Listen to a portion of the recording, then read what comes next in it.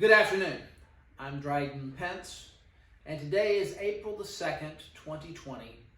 It's about 4:30 in the afternoon. I want to take a few minutes to walk through with you the things we talked about before. This is actually the third video that I've done in the last couple of weeks, one on the 17th of March and one on the 23rd of March, covering, the coronavirus and covering kind of what's gone on. The response to the virus and the economy and the markets. Now, I'm assuming you've seen the other two videos, so I'm not going to go into lots of detail about that, but hopefully this is an update for you. Now, the most important thing to remember about the virus, and although it's really, really tragic and horrible anytime that there is mortality, but the thing that's important to remember as we look at our economy writ large, the most important number is not how many people get sick, but how quickly those who are sick get well. And again, this is a human tragedy. It is also an economic tragedy, but it is not one which is permanent. And so the important number to remember is not how many people get sick, but how quickly those who are sick get well. Because that way they can get back into the economic environment that we have and that we enjoy. So the virus will end, okay, and people in demand will return, and the markets will normalize. The big question is when. Now, what I want to talk to you about here for a second is stress. Because people are beginning to feel stress. This is very stressful. You see lots of headlines. But what's important to recognize is that the fear of pain is frequently worse than the pain itself. Some of us who have had children remember these events. The terror of the needle, of getting a shot, was making the child tremendously upset and very worried and crying and wailing and difficulty. And then the shot's over. And here's your sucker. And it's okay. And smiles come back on faces as we dry crocodile tears. So the important thing to understand about stress and fear is that the big function is understanding time. We can deal with stress, and we can deal with fear, and we can deal with pain if we know and understand when and how long. So I'm going to spend some time today walking you through that. And maybe that'll help as we go through decision making over the next 60 days. Now, here we have COVID-19 cases on a global basis. We're having this tremendous uptick, and we know about it, we've heard about it, it's in the news every day, but this is the data. And there's really a couple of important numbers. We're going to go sometime today, we're going to cross 1 million cases. It's a lot of people affected by this. But also, we're going to cross 200,000 getting well. And that's important. The virus takes about 14 to 15 days to work its way through. So if someone gets ill, it's about 14 or 15 days later that they either fall into the cohort of folks that have gotten better, or they're the people who are severely ill, and those are more affected for a period of 3 to 6 weeks. So this is how it's going globally when we look at the confirmed cases, unfortunately the confirmed deaths, the released and recovered, and the active cases. So this green line is a really important number. Now that this has been going on, every day that goes by, we get a lot more data and a lot more information that informs us to this all-important question of when and how long. So if we look at China, and I know there's been debates about how accurate all the data is from China, but I think that it's important to recognize if you look at China, when they started till the time they hit peak virus was a period of about 30 days or so.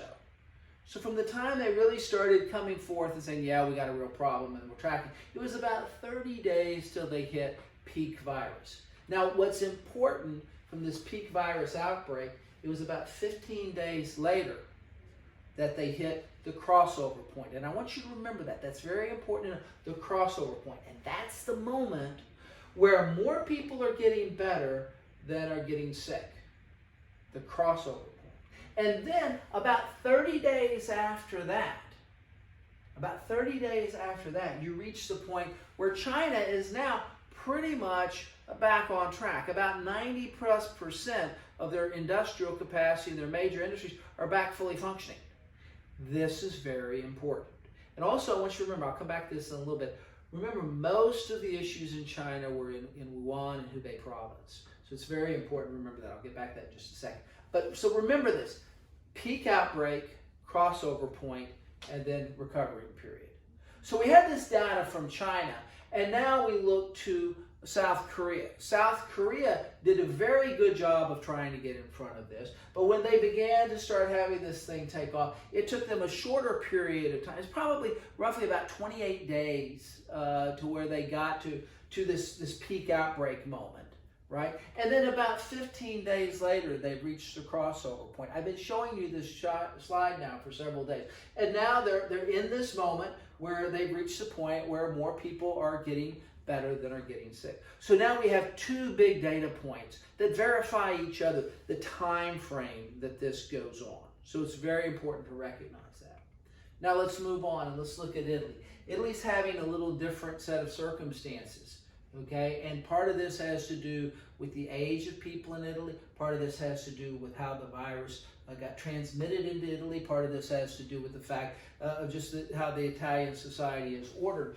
But if you recognize here, we're beginning to see, as we've reached day 30, recognize there's a pattern here, as we've reached day 30, that now we're beginning to see a lot of people recover. We're still seeing a very much higher than normal mortality rate in Italy, and that's tremendously sad. But we're also beginning to see this moment where the people that were sick over here during this spike are now recovering here. And what you can begin to see over time is you're going to see continued recoveries in Italy.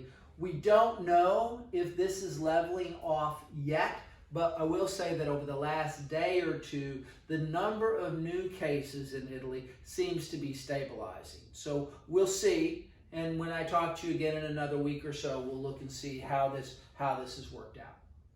What does this mean for the United States?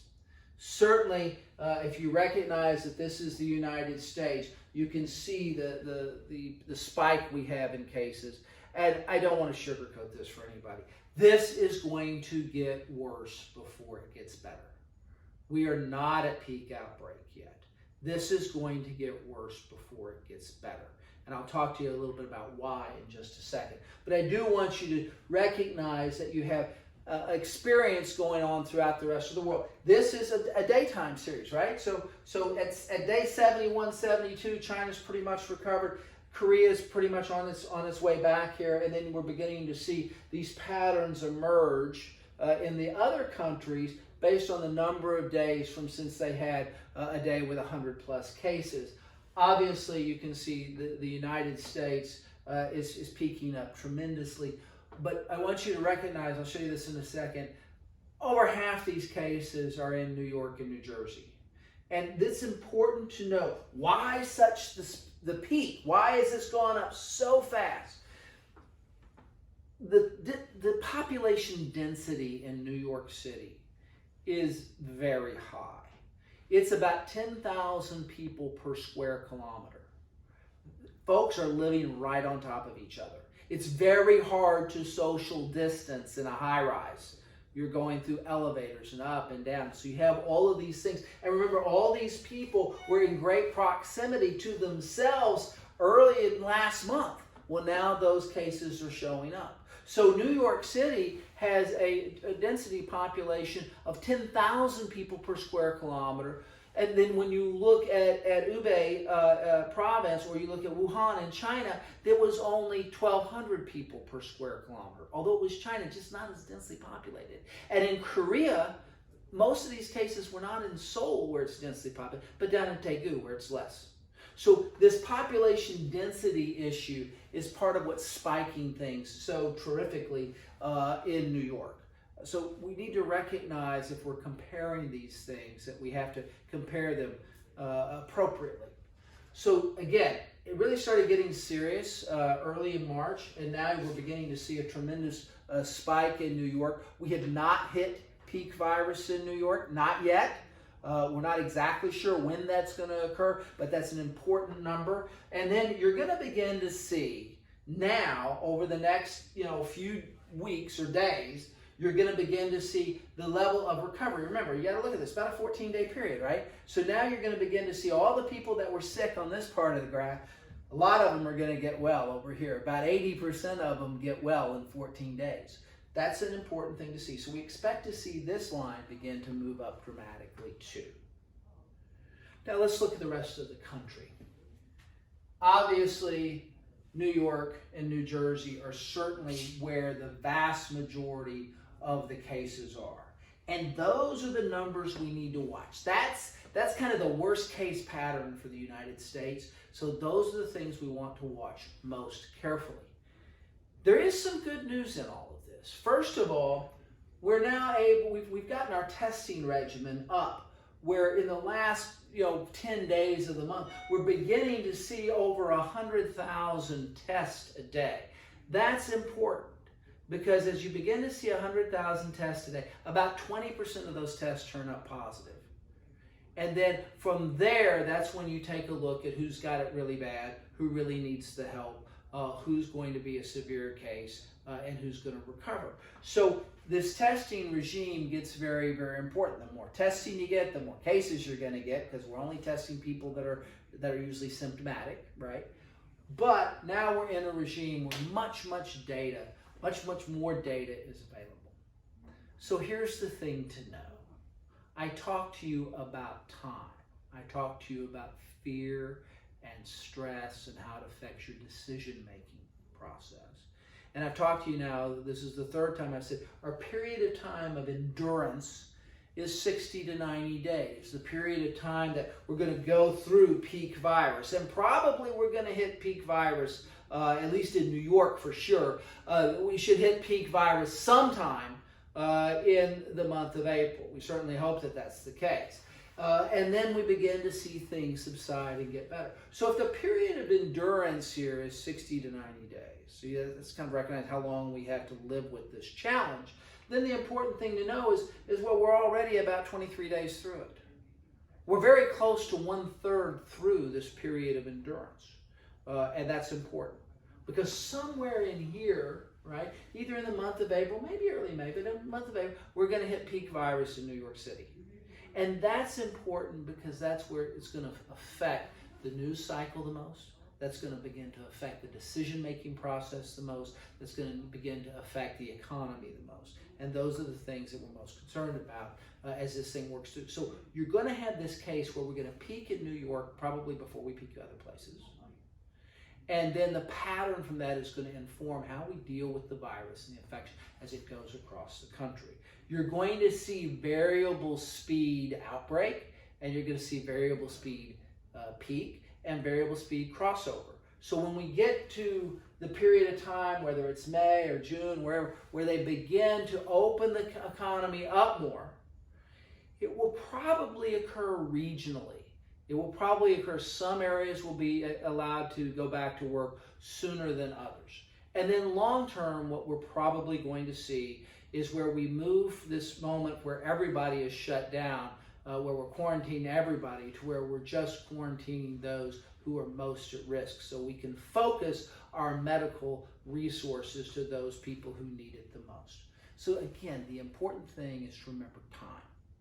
Now let's talk about how long does this affect the economy? That's the thing that could be a little unnerving to some of you. If you've been watching the market lately, people want to know how soon, how long before we begin to get back to some semblance of normalcy. Well, when we think in economic terms, we think we're probably headed for 2 bad quarters.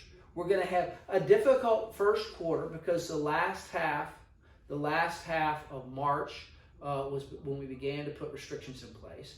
And we're going to see definitely a difficult second quarter because, all the first month we're probably going to be fairly shut down and fairly limited in our economic activity. So you've got some real challenges here, but then most predictions are that as we get later in the second quarter, we begin to recover a bit, and then the third and fourth quarter will begin to be better. But here's the thing to know. China is at day 70. Remember, we're at day 23. China is at day 70. And they're substantially coming back online. It's not full speed, but a lot of their country is now recovering. So what we can recognize is this period, like I said, this period is 60 to 90 days here, and things will start hopefully looking much better. And here's the thing that's happened. Economically, we have had a ton of stimulus poured into this economy, from monetary policy from the Federal Reserve and fiscal policy through the stimulus package. A lot of stimulus is being poured in. That's kind of helping us get through this very rough, probably 45-day period of time where the economy is really kind of constricted about this. So you see a lot of news about this. The first CARES Act is $2.1 trillion. You have the Federal Reserve standing there with a tremendous amount of money. Here's the thing to know. In the last crisis, in 2009, and for those of you who've been with us for a long time, we lived through that and we negotiated through that quite well. But in 2009, neither the Federal Reserve nor the federal government from a fiscal policy standpoint really was quite sure how to react to these big crises. And certainly what you have now is you don't have a structural problem in our banking system. So this problem is different. This problem is more like a natural disaster that's countrywide but doesn't destroy infrastructure. So it's different than the crisis in 2009. But here's where the lessons of 2009 are quite important. The federal government from a fiscal policy standpoint and the Federal Reserve from a monetary policy standpoint learned a valuable lesson. And the valuable lesson is they need to go big and go early. And that's what they've done. The Federal Reserve has put a ton of liquidity into the market, and the fiscal policy of the government has had a ton of stimulus into the market. And so we've learned from situations in the past. So they've gone big, they've gone early, and they've also said, look, if we need to put another policy in place, we need further stimulus. They're already talking about phase 4. So I think that we can feel a little bit better that our policymakers are better equipped now to make the decisions that will help ameliorate some of what's going on. Now let's talk about how all this turns into market volatility. And this is important because this is what may be creating some stress and some concern and some fear for you. First of all, market volatility follows patterns. And if you look at the last 5 years, please recognize that we have periods of volatility, right? And the average period of time from peak to trough, where you have a peak into a trough, has been about 26 days. And the average period of time from trough to recovery has been around 62 days. Now, our peak to trough here was faster. It was 18 days, and it was quite unsettling for many people. And I'm not predicting that our recovery is going to be in a 62-day cycle, because that's the average. But when the market does begin to recover, we can look at it recovering fairly quickly, because everybody can look at the calendar. And I think when you begin to see New York City reach its crossover point, and that's the thing that I said, where more people are getting well than are getting sick, and I can't say for sure when that's going to be, right? Then you're going to be able to see a lot more confidence come back into the economy and markets if it doesn't happen even before then. So let's take a look at this volatility that we've had, right? We take a look at the volatility that we've had. And the market came down quite a bit. It's bounced off its low point. And now we're trying to find our way here. This is going to continue for a while. The idea that we're gonna stop having 2 or 3% moves or even greater on a pretty episodic basis is something that we're just going to have to get used to. We're gonna continue to have this volatility for a while as the economy, as the markets, as the global circumstances reacts to headlines. Some of them are going to be better. Some of them are going to be horrible. And the point is we're going to have to recognize that the market's trying to find its way through this, and we're going to continue to have this volatility. But this is kind of part of a process. And as I said, average peak to trough has been 25 days, and average trough to recovery is 62 days. I think it's going to be a little longer, but I do want you to know that there is a pattern to that. What does all this mean? So what? The key points to remember again is about time. The important thing to recognize too is that we're now having global simultaneous stimulus. One of the problems we had in the past was we couldn't get all the different policymakers in countries of the world to stimulate their economies at the same time. And so we had high interest rates in one place and low interest rates somewhere else, and it was creating some disruption. Well, now, because of the global response to this and that the virus has gone throughout the world, as we come out on the other side of this, we're going to see something we haven't seen in a long time, which is global simultaneous stimulus. I won't say it's coordinated and I won't say it's synchronized, but it's just going to be simultaneous stimulus. So all the countries will be stimulating their economies much the same way that we are, all at the same time. So for a long-term status, that's a favorable event. Here's the key points. The news for the next 2 weeks is going to be horrible. The news coming out of New York and the images that you're going to see, those things are going to be heart-wrenching, because that is where over half the cases in the United States are. That's where it's most impacted, and those are the circumstances. It's highly densely populated, and that's where the virus is thriving, and that's where it's doing the most damage. So for the next couple of weeks, you're going to continue to see horrible news coming out of New York. Then, after we hit peak virus sometime in the month of April, about 15 days after that, you'll begin to see that crossover point, and that's when the news will begin to not necessarily be good, but it will be less bad. And that's the moment that we can really begin to see how we're going to recover from all of this. As I remember the point that I made earlier, it is the fear of the pain that frequently affects decision making. So we need to get through that, and we need to understand that time is our factor here. So it gets worse before it gets better, but it does get better. From an investment standpoint, the important thing to recognize is that your investment time horizon is longer than a year.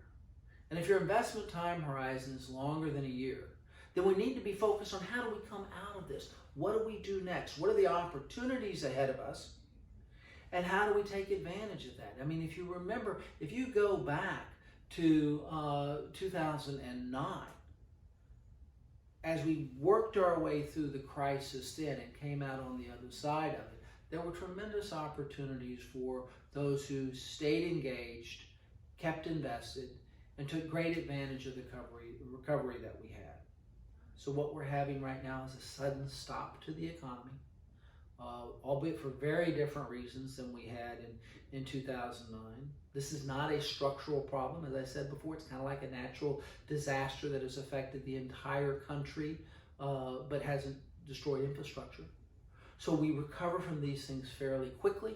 And as we do, we have to look through this crisis to the opportunities ahead. So if your investment time horizon is longer than a year, you can expect to be well rewarded for remaining engaged. I want to thank you for your time. I want to thank you for your trust. I want to ask you to please stay safe and listen to your local leaders telling you what you should do about social distancing and all the things to protect yourself and your family. And know that we're here every day working hard to protect your assets. So thank you very much. I appreciate your time.